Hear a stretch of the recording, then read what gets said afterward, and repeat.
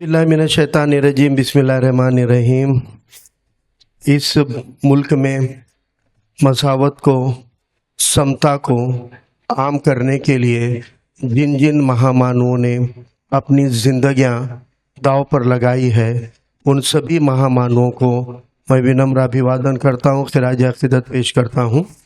मंच पर बैठे हुए आज के इस प्रोग्राम के सदर मोहतरम माजी नगर सेवक मुख्तार साहब, मंच पर बैठे हुए सभी जिम्मेदार, जिनमें शौकत इनामदार साहब हैं, वाजिद शेख साहब है, फसीउद्दीन साहब है, माजिद सर हैं, मेरे साथ आए हुए असगर खान है, समद हाफिज साहब है, सलीम भाई ये पत्रकार मेरे पुराने दोस्त हैं, साथी है, पत्रकार भाई हमारे जोशी साहब है, और सभी मौजूद मेहमान यहाँ पर मौजूद सभी बुजुर्गों, सभी पुलिस कर्मचारी, सभी पत्रकार मित्र, नौजवान दोस्तों, साथियों, अस्सलाम वालेकुम रहमतुल्लाहि वबरकातुहू। यहाँ पर प्रोग्राम इनेकाद किया गया। मुझे 2-3 दिन से जब्बार भाई के फ़ोन आ रहे थे और तब मुझे तारीख नहीं मालूम थी, लेकिन जब्बार भाई बोले हम लोग बुलाना चाह रहे हैं और मैं अभी थोड़ा सा प्रोग्राम नहीं लेते हुए दूसरे कुछ प्रायोरिटीज़ के अंदर मसरूफ़ हूँ।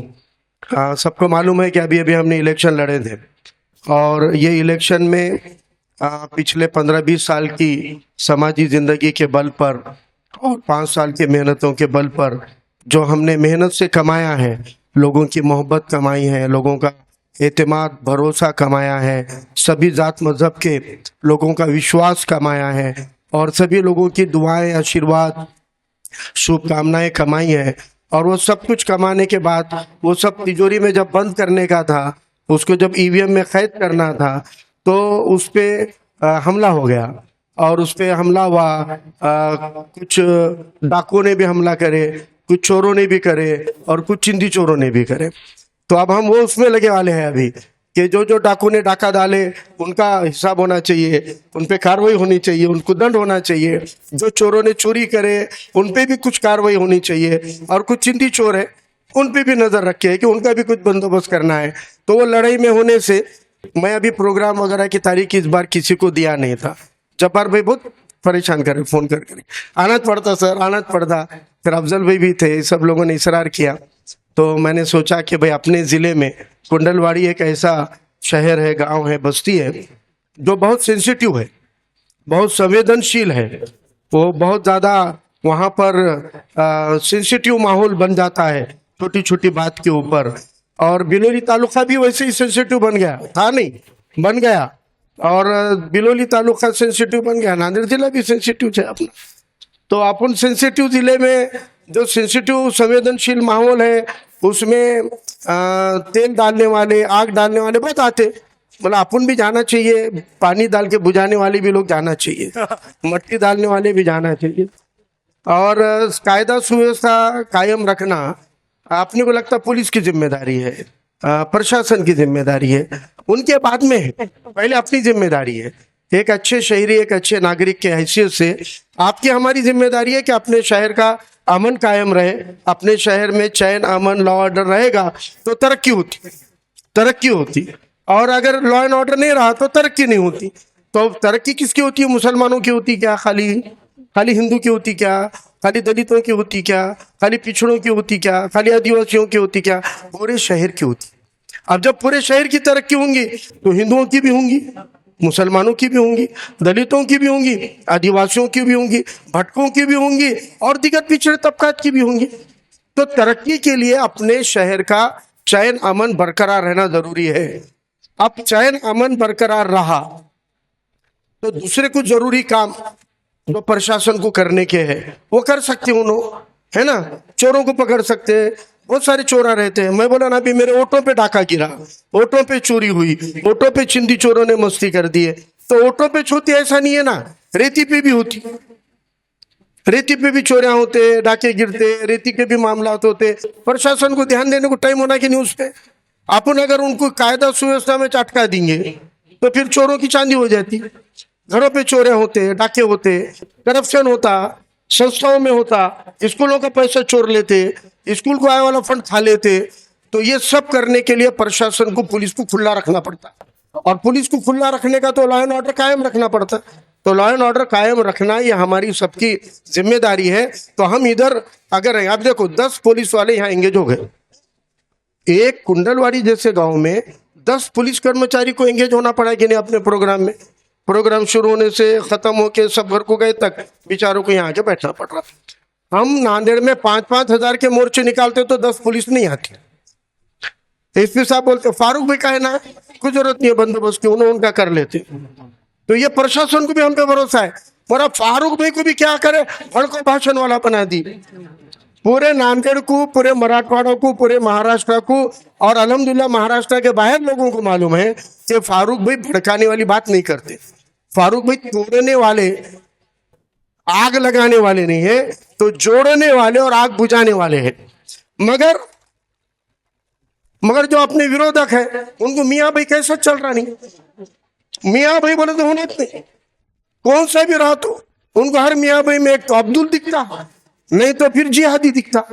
तो ये जो फिरका परस्त है उन्होंने मेरे अच्छे अच्छे वीडियो को काट के टुकड़े करके वायरल करे। अरे दोस्त नहीं कर भाई, वीडियो वायरल करने को लोग आईटी की टीम लगा रहे, सोशल मीडिया को पेड लोग लगाना पड़ता, पेड लोग लगाते तो वायरल होता। ऐसा जो वायरल होता क्या भाषण, ऐड लगाते, स्पॉन्सरशिप लगाते, लाखों रुपए लगा के वायरल करते। मगर अल्हम्दुलिल्लाह अल्लाह ने मेरे मुखालिफिन से काम ले लिया कि मेरे वीडियो उन्होंने वायरल कर रहे। देखो देखो फारूक कितना फड़क बोल रहा, बोले वो मोदी जी को बोल रहा, बोले गृह मंत्री को बोल रहा, बोले क्या उखाड़ते उखाड़ लो बोले। अरे हौरे भाई बोला मैं, और क्यों बोला, मैं क्यों बोला, ये तो बोलना था ना, वो नहीं बोल रहे, खाली उत्तर टुकड़ा काटे, उखाड़ लो उखाड़ लो उखाड़ लो। और मेरे को आके मीडिया वाले बोल रहे ये तुम्हारा वीडियो वायरल हो रहा, सही है क्या, तुम बोले क्या। बोला हो भाई सही है, मैं बोला तो बोला, मैं बोला, मगर क्यों बोला ये जानना पड़ेगा कि नहीं। पूरा भाषण वायरल करे तो क्यों बोला भी आता, तो पूरा नहीं करते, उन्होंने काट के उतना टुकड़ा डालते जितना उनको आग लगाने में काम में आता। अगर पूरा भाषण डाले तो वो आग लगाता नहीं, आग बुझाने का काम करता है। बराबर है। अब जिस कुंडलवाड़ी का तालुका बिलोली है, वो बिलोली में हजरत टीपू सुल्तान की जयंती को परमिशन नहीं मिली, सुना मैं सुना वहां परमिशन नहीं मिली, तालुके पे परमिशन नहीं मिली, मगर तालुके के अंदर अंडर में आने वाले कुंडलवाड़ी में परमिशन मिली। खुशी की बात है कि नहीं। तो यहाँ के जितने पुलिस अधिकारी हैं उनका सबका मैं इस मंच से धन्यवाद अदा करता हूँ, शुक्रिया अदा करता हूँ। I am very thankful to all of you कि तुमको भरोसा था कि ये जो बच्चे प्रोग्राम ले रहे इससे कुछ शरारत नहीं होने वाली है, भाई अच्छे मकसद से ले रहे, ये आपको मालूम था, आपने परमिशन दिए बच्चों को हौसला अफजाई करे, इसलिए आपका धन्यवाद। लेकिन बिलोली में क्यों नहीं मिली। अपने देश में, भारत में हजरत टीपू सुल्तान की जयंती मनाने को परमिशन नहीं मिलना, बोले तो बहुत ही गजब की बात हो गई है। तो क्योंकि तो अच्छा काम तो नहीं हो रहा, क्यों नहीं मिली भाई परमिशन। तो बोले कायदा सुव्यवस्था बिगड़ सकती है। किसके प्रोग्राम लेने से, हजरत टीपू सुल्तान का प्रोग्राम लेने से। क्यों, हजरत टीपू सुल्तान मियाँ भाई है ना, बाकी तो कुछ नहीं है ना वजह। बोलो क्या है, तुम मियाँ भाई है। अब मियाँ भाई, अरे भाई मियाँ भाई क्या, मियाँ भाई का तुमको मालूम क्या है रे भाई, मियाँ भाई का बहुत कुछ है। अब्दुल पंचर वाला सोशल मीडिया पे लिख रहे अरे मियाँ भाई अब्दुल भी है और मियाँ भाई टीपू भी है।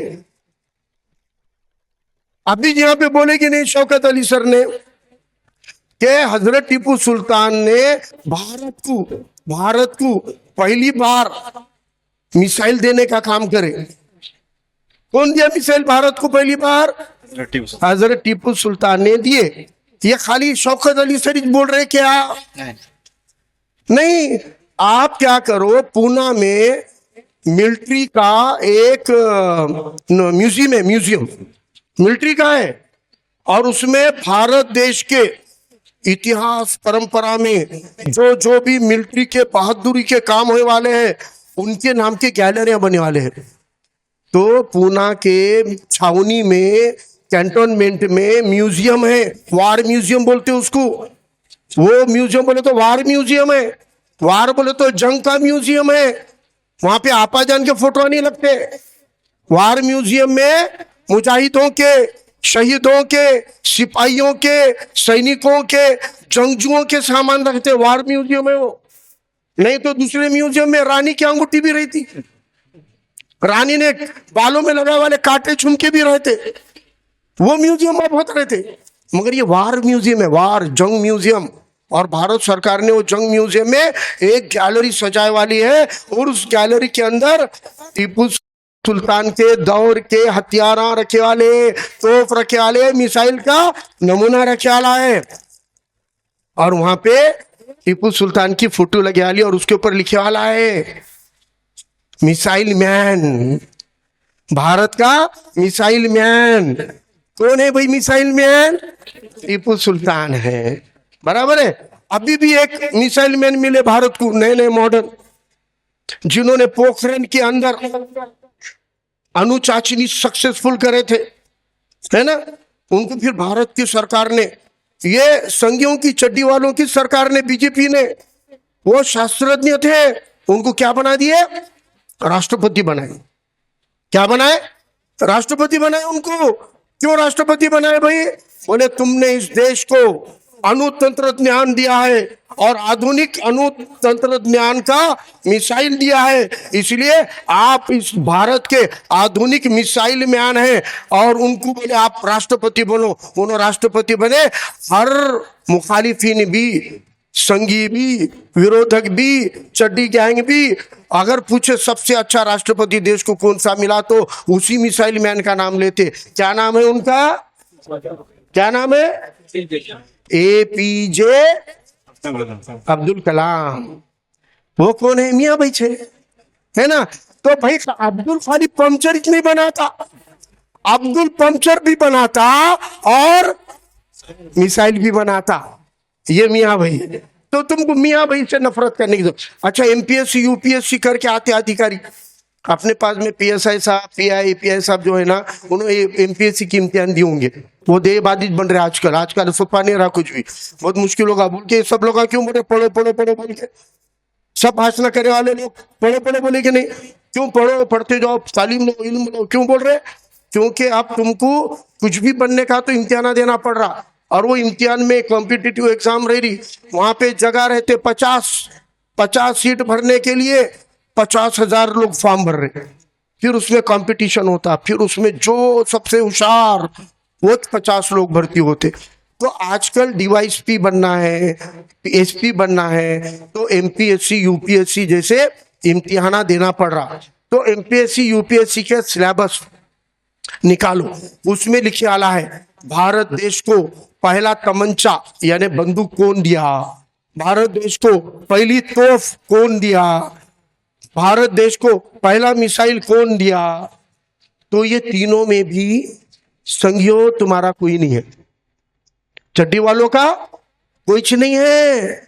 क्योंकि पहला तमंचा भारत देश को पोर्तुगीज ने दिए, जो गोवा पे राज कर रहे थे, नहीं क्या, पोर्तुगीज ने दिए। पहली तोफ भारत देश को, पहली तोफ मालूम ना, तोफ मुल्क मैदानी तोप बोलते। देखो अब किसको भी बोल रहे अलग बात है, लेकिन तोप बोले तो गोला बारूद फेंकने वाली एक मशीन। भारत देश को पहली तोप कौन दिया? यूपीएससी एमपीएससी में लिखे आला है बाबर ने दिया। कौन दिया? बाबर ने दिया। अरे बाबर खाली मस्जिद नहीं बनाया, अरे बाबर ने तोप भी बनाने वाली है। ये यूपीएससी में पढ़ाते, मैं नहीं बोल रहा कुछ भी दिल से, ये यूपीएससी में। और यूपीएससी में पढ़ाया जा रहा कि भारत को पहला तमंचा पोर्तुगीज ने दिया, पहली तो बाबर ने दिया, पहला मिसाइल टीपू सुल्तान दिए, और modern missile APJ Abdul Kalam दिए। अरे अब्दुल से लेके मियाँ भाया छेरे, इधर कहाँ है रे भाई तुम्हारा नथुराम? उन्होंने वो तमंचा पोर्तुगीज ने दिए, उन्हें गांधी जी पे गोलियां चला के मार दिया। गांधी जी को मारने वाले आज अपने को बोल रहे देशद्रोही है, जिहादी है। अरे पंचर से लेके मिसाइल तक हम ही छे, हमसे नफरत करके नहीं जमने वाला है। अब मैं एक सवाल पूछता, मैं सवाल पूछता, अभी मेरे को अफजल सर बोले कि सर अपना प्रोग्राम लेने का जो मकसद है सर, बोले वो थोड़ा सामाजिक एकात्मता का मकसद है, बोले अपना राष्ट्रीय एकता का मकसद है, अपने को कुंडलवाड़ी में बिलोली में एकता लाने की है। बोले मतलब क्यों अपन लाने की खाली एकता, वो आती नहीं। एकता ऐसी है जिसको दोनों दो हाथ पकड़ के लाए तो आती, एक अकेला खींच रहा एक तरफ, दोनों बोलती मैं आती नहीं। एकता कपूर रहो कि भारत की एकता रहो, अकेले खींचने से आने वाली है क्या? नहीं आने वाली है, उसको दोनों ने मिलके खींचना पड़ेगा। तो एकता लाने की जिम्मेदारी इस देश के हर समाज घटक की है, हर शहरी की है, हर भारतीय की है, हर समाज की है। तो अब ये एकता लाने का काम कर रहे हैं भाई हम। आज कुंडलवाड़ी का प्रोग्राम रहने दो कि हजरत टीपू सुल्तान का राजपाट रहने दो, ये इस बात की मिसाल है। इस देश को जोड़ने का काम, संभालने का काम, संवारने का काम, बसाने का काम, उभारने का काम जब जब भी हुआ, उसमें सबसे बड़ी हिस्सेदारी मियाँ भाइयों की रहे वाली है, रहे वाली है वो। अब ऐसा नहीं है अकेले मियाँ भाई देश के, ऐसा नहीं बोल रहा हूं भाई। लेकिन अब मेरा सवाल है, जो जो लोग हजरत टीपू सुल्तान की जयंती को विरोध करते, जो जो लोगों को लगता टीपू सुल्तान जयंती नहीं होना, जो जो लोगों को हजरत टीपू सुल्तान नहीं मंजूर है, जो जो हजरत टीपू सुल्तान की जयंती नहीं होना बोल रहे, ऐसे सभी लोगों को मेरा सवाल है। क्या सवाल है कि भारत देश में कितने राजा होके गए? भारत देश में कितने राजा होके गए? तो देखो, भारत जब आजाद हुआ 90 तक के भारत के ऊपर अंग्रेजों का कब्जा था, और अंग्रेजों का कब्जा हटने के बाद, पाकिस्तान बांग्लादेश का बंटवारा होने के बाद, बचे वाले भारत में भी 550 से ज्यादा संस्थान थे, राजा थे, और वो 550 राजाओं को बात करके भारत में विलीन करने का काम हुआ। बराबर है। अब इसका मतलब 90% भारत एक होने के बावजूद, दो देश के टुकड़े हो गए थे, उसके बावजूद भारत में 550 थे। इसका मतलब एक वक्त में हजारों राजा थे, और पिछले 500-600 सालों में हजारों राजा होके गए कि नहीं? हजारों राजा होके गए, 25-50 हजार राजा तो होके गए होंगे कि नहीं? अब अगर हमको 50-60 हजार 1 लाख राजा होकर गए, अब अपने बोले कि कौन कौन से राजा हुए, तो हिंदू समाज के भी राजा हुए, मुस्लिम समाज के भी राजा हुए, बौद्ध समाज के भी राजा हुए। सम्राट अशोका का इतिहास है ना, तो हर समाज के राजा होके गए। अब अगर आपने एमपीएससी यूपीएससी करे वाले भी आदमी को बोले कि आप राजाओं के नाम लिखो, भारत पे राज करे वाले राजाओं के नाम लिखो, तो दिल्ली के टीपू सुल्तान जयंती नहीं होना बोलने वाले से लेके तो यूपीएससी पढ़े वाले तक, मेरा सवाल है, आप कितने राजाओं के नाम लिख सकते भाई? अगर कोई हिंदू राजाओं के भी नाम लिख रहा तो उन्होंने 1 2 3 5 10 12 13 14 15 16 17 रुक क्या 18, बहुत सोचा, किताबा टटोला तो 20, और भी टटोला तो 25, और किताबा खंगाला तो 50, और किताबा खंगाला तो 60। लेकिन आपको आंखें मूंदते बराबर भारत पे राज करने वाले हिंदू राजाओं के नाम पूछे बराबर, आपको सबसे पहले जो नाम याद आते उसके अंदर कुड़वाड़ी भूषण छत्रपति शिवाजी महाराज का नाम याद आता, महाराणा प्रताप का नाम याद आता, आपको बहादुर पृथ्वीराज चौहान का नाम याद आता। बराबर है। ये 5 10 12 15 नाम पट पट पट याद आ जाते। ऐसा जो मुसलमान बादशाहों के नाम पूछे तो आपको पट पट पट नाम याद आए, बोलो कौन कौन से मुसलमानों में बादशाह है, तो 5 10 12 15 नाम याद आते। बाकी के नाम क्यों याद नहीं आते? छत्रपति शिवाजी महाराज इस देश में जिस तरीके से राजा थे ऐसे राजा और भी होकर गए, लेकिन देश में ही नहीं तो विदेश में भी जिस राजा की यौम पैदाइश जयंती धूमधाम से मनाई जाती है, ऐसे राजाओं में छत्रपति शिवाजी महाराज छोड़े तो तुमको कोई मिलता नहीं। तो फिर छत्रपति शिवाजी महाराज इनकी राजपाट में ऐसा क्या था कि भारत के राजाओं का नाम पूछते बराबर पहला नाम अगर छत्रपति शिवाजी महाराज का आता है तो इसका मतलब छत्रपति शिवाजी महाराज ने जब राज करे वो राजपाट खाली सत्ता का संपत्ति का नहीं था, तो वो राज समाजी इंसाफ का था। समाज के हर निचले, हर दबे, हर कुचले तबके को इंसाफ देने का था।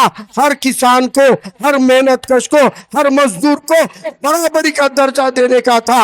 औरतों को इज्जत देने वाला, मर्तबा देने वाला, औरतों की हिफाजत करने वाला था और जालिमों के गर्दनों को काटने वाला था। इसीलिए शिवाजी महाराज की बहादुरी उसमें खाली गर्दना काटने में नहीं है। तो उन्होंने जब राज करे, अपने राज में धर्म के, जाति के, भाषा के, पंथ के, बिरादरी के नाम पर भेदभाव नहीं करे। उनका राज समाजी इंसाफ का राज था। इसलिए राजा छत्रपति का डंका पूरे दुनिया में कई मुल्कों में बजता है। उनसे पहले भी तो राजा होकर गए, उनके बाद भी राजा हुए, मगर क्यों उनके नाम से ही पूरे दुनिया में गौरव मनाया जाता है? क्योंकि उनके राज में समाजी इंसाफ था, सामाजिक न्याय की जोड़ थी। उन्होंने अन्याय नहीं किया, उन्होंने जुल्म नहीं ढाए, उन्होंने इज्जतें नहीं लूटने दी, उन्होंने किसी के धर्म और जाति का अपमान नहीं होने दिया।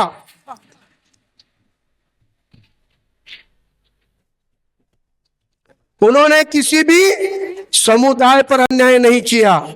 इसीलिए छत्रपति शिवाजी महाराज का राजपाट पूरी दुनिया में डंका बजाता है। अब मुझे यही बोलना है आपको, जिस तरह शिवाजी महाराज का, महाराणा प्रताप जी का, इन राजाओं का गौरव होता है क्योंकि इनके राजपाट में सामाजिक इंसाफ था, उसी तरह जब अपने भारत का संविधान लिखा जा रहा था, जब अपने देश का संविधान लिखा जा रहा था, उस संविधान के बाद भारत में राजाओं के राज खत्म होने वाले थे, भारत में लोकशाही आने वाली थी। लेकिन अपने भारत का जो इतिहास है, गौरवशाली इतिहास है, जो सामाजिक इतिहास है, जो राजकीय इतिहास है, उस इतिहास की धरोहर को, संपत्ति को, मिल्कियत को संजो के रखने की जरूरत थी। और जब ये संविधान लिखा जा रहा था, उस संविधान समिति के ड्राफ्टिंग कमेटी के चेयरमैन विश्व रत्न डॉक्टर बाबा साहब अम्बेडकर, उनकी कमेटी और संविधान सभा में चर्चा हुई कि अपने संविधान के किताब में हमको भारत के उन महासपूतों के तस्वीरों को शामिल करना पड़ेगा जिन महान सपूतों को इस भारत भूमि ने गौरवशाली इतिहास जिसका देखा है। तो तब भारत के संविधान के अंदर कुंवरी भूषण छत्रपति शिवाजी महाराज की तस्वीर है, महाराणा प्रताप की तस्वीर है, भारत के बहादुर बादशाहों के तस्वीरें लगाते वक्त उसी संविधान के अंदर डॉक्टर बाबा साहब अम्बेडकर ने दो मुस्लिम बादशाहों की भी तस्वीरों को शामिल किया और उसके अंदर एक मुगल बादशाहों के प्रतिनिधि के तौर पे सम्राट अकबर थे और एक भारतीय मूल निवासी बादशाहों के अंदर हजरत टीपू सुल्तान की तस्वीर भी है।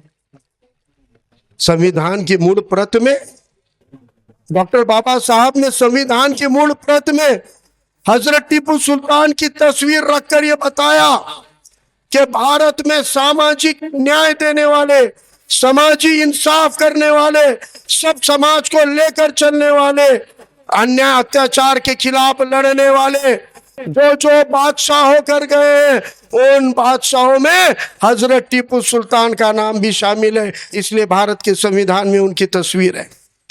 आज मुझे कहना है, भारत के संविधान में जिनकी तस्वीर शामिल की गई है, तो वो संविधान का गौरव बढ़ाने वाला कार्यकाल है, उनका काम है।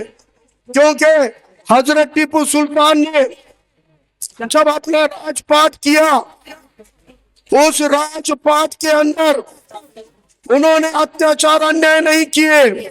उस दौर में परंपरा थी, औरतों को कमर के ऊपर कपड़े ढकने का अधिकार नहीं था। लेकिन हजरत टीपू सुल्तान ने इस परंपरा को तोड़ दिया और कानून निकाला कि मेरे राज में हर औरत को अपना पूरा शरीर ढकने का, पूरे कपड़े पहनने का अधिकार होगा। जो उनको कपड़े पहनने से रोकेगा, उन पे शासन होगा, उनको काल कोठरी में डाला जाएगा। ये कानून बनाने वाले बादशाह टीपू सुल्तान थे। उन्होंने रोजगार के अवसर दिए, रोजगार की संधि दी। उन्होंने जब रोजगार की संधि देनी थी, तो उन्होंने दुनिया भर के टेक्नोलॉजी का स्टडी किया। आज भी आपने सुना होगा कि रेशम का उद्योग ये कर्नाटक के अंदर पनपा है, क्योंकि हजरत टीपू सुल्तान ने रेशम के ऊपर चलने वाली मशीनरी का खोज जो जर्मनी में हुआ था, वहां के मशीनों की स्टडी करके डिजाइन मंगाकर अपने साइंटिस्ट को बिठाकर रेशम का पहला इंडस्ट्री चालू करने वाले बादशाह अगर कोई थे तो वो हजरत टीपू सुल्तान थे। इसी तरह शुगर फैक्ट्री का भी उस वक्त में, पहली शुगर फैक्ट्री उस दौर में बाहर की टेक्नोलॉजी को लाकर अगर किसी ने शुरू की तो हजरत टीपू सुल्तान थे। यानी सामाजिक, औद्योगिक, शैक्षणिक संस्थाओं के अंदर हजरत टीपू सुल्तान का बड़ा योगदान है। और भी आगे आपको जानना है, आपको मैं बताता हूं कि जंगें होती है, लड़ाइयां होती है, लेकिन इन लड़ाइयों में जो साथ देते हैं वो वफादार होते हैं, जो धोखा देते हैं वो गद्दार होते हैं। आज बहुत लोग नाम ले रहे हैं मीर सादिक मीर जाफर का, ऐसे भी लोग नाम ले रहे हैं जो खुद मीर सादिक मीर जाफर का काम कर रहे, दूसरी जगह जाके उनके साथ कोई करा तो मीर सादिक की याद आता। क्या किस्सा है मीर सादिक का? कौन थे मीर सादिक? हजरत टीपू सुल्तान के कमांडर थे और उन्होंने अंग्रेजों से मैनेज होकर हजरत टीपू सुल्तान के साथ गद्दारी की, और मीर सादिक की गद्दारी की वजह से हजरत टीपू सुल्तान शहीद हुए, नहीं तो उनको मारना नामुमकिन था। लेकिन उनके साथ दगा फटका गद्दारी की करने वाले आदमी का नाम मीर सादिक है। और जब उसने धोखा फरेब करके हजरत टीपू सुल्तान का कत्ल किया गया, हमला किया गया, शहीद किया, उस वक्त में हजरत टीपू सुल्तान का वफादार सैनिक, वो वफादार सैनिक देख रहा है जख्मी है, लौलियान है, नीचे गिरा हुआ है, अपना दम तोड़ने को है, लेकिन वो देख रहा है कि उसके सुल्तान को मीर सादिक ने धोखा देकर हमला करा दिया। हजरत टीपू सुल्तान शहीद हुए, लेकिन उस वफादार सैनिक ने हजरत टीपू सुल्तान को शहीद होता हुआ देखने के बाद मीर सादिक को इशारा करके बुलाया, कहा कि इधर आओ। जब वो घोड़ा लेके करीब आया, उसको बोले नीचे उतरो, वो नीचे उतरा, बोला मेरे नजदीक आओ। बोला क्यों? बोले तुमको एक राज बताना है, तुमको एक राज बताना है, हजरत टीपू सुल्तान का खजाना कहाँ छुपा हुआ है वो राज बताना है। मेरी आवाज नहीं निकल रही, जरा नीचे आओ, मेरे मुंह के पास अपना कान लाओ। और जब मीर सादिक झुका और उन्होंने वफादार सैनिक के पास कान लेकर गया, लहूलुहान जख्मी दम तोड़ते हुए उस वफादार सैनिक ने बाजू में गिरी हुई अपनी तलवार उठाई और मीर सादिक की गर्दन को छाट दिया। जिसने मेरे सुल्तान को धोखे से मारा, मैंने उसको भी कत्ल कर दिया। ये उस वफादार सैनिक का नाम नागप्पा है। नागप्पा जो मुसलमान नहीं था, हिंदू था। ये तारीख है हजरत टीपू सुल्तान की। और ये नागप्पा हिंदू रहते हुए हजरत टीपू सुल्तान के खातिर दम तोड़ते हुए भी उन्होंने उनका दगा फटका करने वाले मीर सादिक को सजा सुनाई। ये मोहब्बत थी हजरत टीपू सुल्तान से हमारे हिंदू भाइयों की भी। इसलिए हजरत टीपू सुल्तान हिंदू मुसलमान के नहीं तो एक इंसाफ पसंद बादशाह थे। मियाँ भाई बोल के हर मुसलमान के इतिहास को तुम किनारे नहीं लगा सकते। भारत को खड़ा करने में सबका श्रम, सबका योगदान है। भारत का संविधान सभी धर्म जातियों को बराबरी का अधिकार देता है। अरे हजरत टीपू सुल्तान के समाजी इंसाफ के किस्से जब बच्चों में जाएंगे, ये बच्चों को अपने देश के प्रति प्रेम करने की भावना बढ़ेगी। हजरत टीपू सुल्तान अपना राज बचाने के लिए नहीं लड़े। अगर उन्होंने तय कर लेते, कॉम्प्रोमाइज कर लेते तो उनका राजपाट और बढ़ सकता था। लेकिन उन्होंने अंग्रेजों से सिर्फ इसलिए हाथ नहीं मिलाया कि तुम खाली मेरे राज के नहीं तो तुम भारत के दुश्मन हो, धीरे धीरे भारत पे कब्जा करना चाहते हो, इसलिए अंग्रेजों के पापी कदमों को हमारे इस सरजमीन पे नहीं रहने दूंगा। ये बोल के टीपू सुल्तान ने लड़े और भारत भूमि के लिए शहीद होने वाले, अंग्रेजों के खिलाफ लड़ने वाले पहले मुजाहिद थे, पहले शहीद थे, पहले स्वतंत्र सैनिक थे। और ये लिखने वाले हजरत टीपू सुल्तान को स्वतंत्र योद्धा लिखने वालों में 95% लोग गैर मुसलमान हैं, वो मुसलमान नहीं है। हमारे पढ़े लिखे लोग कम है, हम पढ़ते नहीं, लेके रेडीमेड किताब आए वाली। वो सरफराज भाई हमारी किताब लिखे, वो किताब पढ़ते नहीं, तो लिखने का तो बहुत दूर की बात होगी ना। तो हम तो पढ़ते नहीं, लिखते नहीं, इसीलिए तो पीछे रह गए, तुम्हारी तारीख खत्म हो गई। फारूक अहमद ने अपने जिंदगी में सब समाज में जाके तकरीरें, भाषण किए हैं। और मैं आपको कहता हूं, मेरे 20 साल की जिंदगी में कम से कम मैंने महामानव के जयंतियों पे जो भाषण किए, कम से कम 4-5 हजार भाषण मैंने किए। इन 5,000 भाषणों में सबसे ज्यादा भाषण मैंने छत्रपति शिवाजी महाराज के शिव जयंती पे किया है, बाबा साहब के भीम जयंती पे किया है, अन्नाभाऊ साठे के जयंती पे किया है, अन्नाभाऊ के लिए किया है। मैंने आज तक अगर टीपू सुल्तान पे भाषण किए होंगे तो 15 या 20 ही किए हैं। खाली 20 भाषण किए होंगे हजरत टीपू सुल्तान के लिए, लेकिन बाकी के 4,980 भाषण इस भारत को खड़ा करने वाले तमाम महामानवों के सम्मान में किए हैं। जैसे एक फारूक अहमद मुसलमान होते हुए 4,980 भाषण भारत के महामानवों के लिए करता है और 20-25 भाषण टीपू सुल्तान के लिए करता है। ऐसे भारत में कई लोग होकर गए, 95% गैर मुस्लिम हमारे हिंदू भाई, दलित भाई, ईसाई भाई है, जिन्होंने टीपू सुल्तान पे संशोधन किए, किताबें लिखी, गाथाएं लिखी, गीत लिखे, तारीफें लिखी, फिल्में लिखी, नावेल लिखी, किस्से लिखे, कहानियां लिखे। उनमें मुसलमान 5% भी नहीं है। इसलिए महामानवों को देखते वक्त में धर्म और जाति के चश्मे से देखना बंद करना पड़ेगा।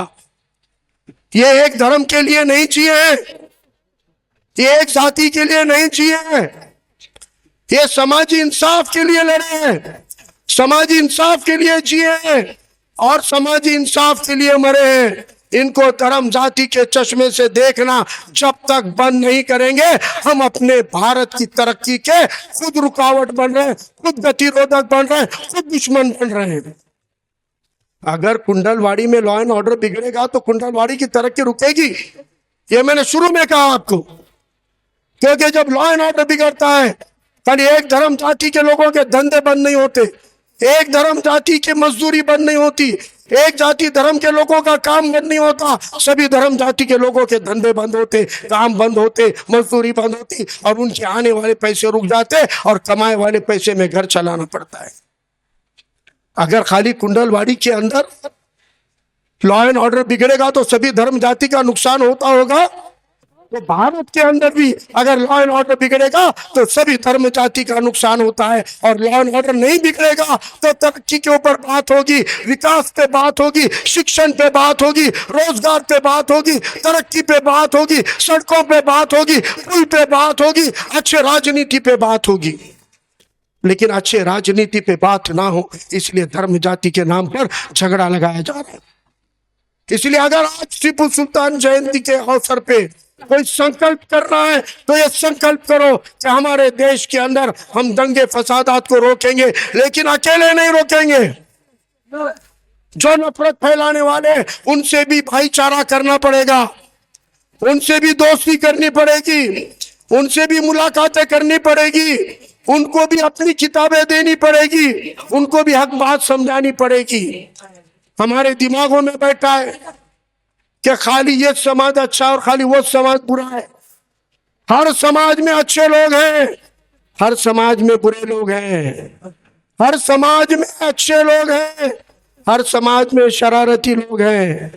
चंद शरारती लोगों को देखकर पूरे समाज को बुरा नहीं कहा जा सकता। इसलिए हर समाज तबके के साथ आपको आगे बढ़ के दोस्ती करनी पड़ेगी।